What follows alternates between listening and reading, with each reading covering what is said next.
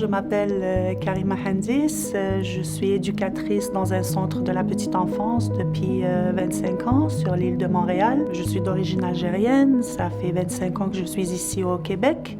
Je suis présidente syndicale de mon unité de base depuis à peu près 17 ans. Et je me suis impliquée dans la vie syndicale suite à plusieurs événements qui se sont déroulés dans ma vie professionnelle. C'est que quand je suis arrivée ici au Québec, je n'étais pas voilée. C'est quand j'ai pris la décision de me voiler et c'est à ce moment-là que j'ai vu la réalité qui était en face de moi. Et il y a énormément de choses qui ont complètement bouleversé ma vie. Je ne dirais pas que j'ai été acceptée facilement. Sans le voile, je n'avais pas de difficulté, à part que mon diplôme n'était pas reconnu comme tout le monde. Mais avec le voile, c'est des problèmes non-stop. Comme je me rappelle une situation aussi qui m'avait marquée.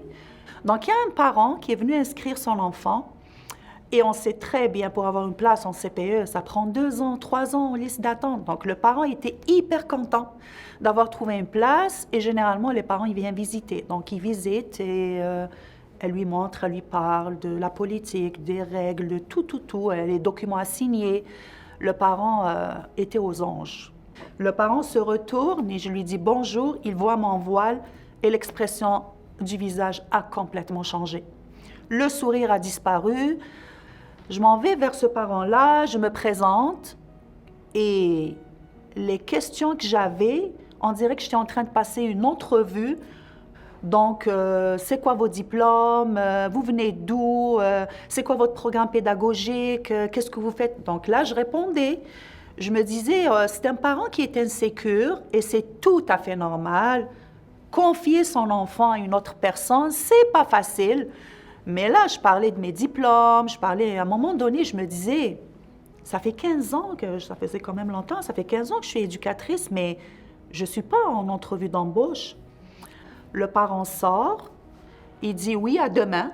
Donc demain, l'enfant va rentrer en intégration, il sort, ça faisait même pas 2 minutes, il prend le téléphone, il appelle la directrice, il dit « je prends plus la place ».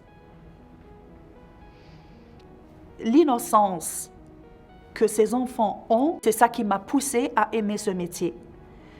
Il y a 0 racisme auprès des enfants et les gens me disent tout le temps « oh Karima, si toi t'es comme ça veut dire moi aussi je peux être comme toi ». Non, tu vas être meilleure que moi. Pas comme moi, je veux pas que tu sois comme moi. Pourquoi? C'est quoi que tu as d'inférieur? Oui, mais toi, tu as le courage de dire non. J'ai dit, j'ai appris à dire non. Puis toi aussi, tu peux dire non. Tu n'es pas obligé d'accepter l'inacceptable. Il faut inclure plus de personnes immigrantes. Si on ne tend pas la main, ces gens-là, ils ne vont pas venir d'eux-mêmes. Ils ne savent pas, ils viennent d'arriver, puis ils ont déjà l'idée que c'est fait pour eux et pas pour moi. Il faut leur donner la chance, il faut aller sensibiliser les gens. Il faut que le syndicat soit vraiment multiethnique, il faut donner la chance.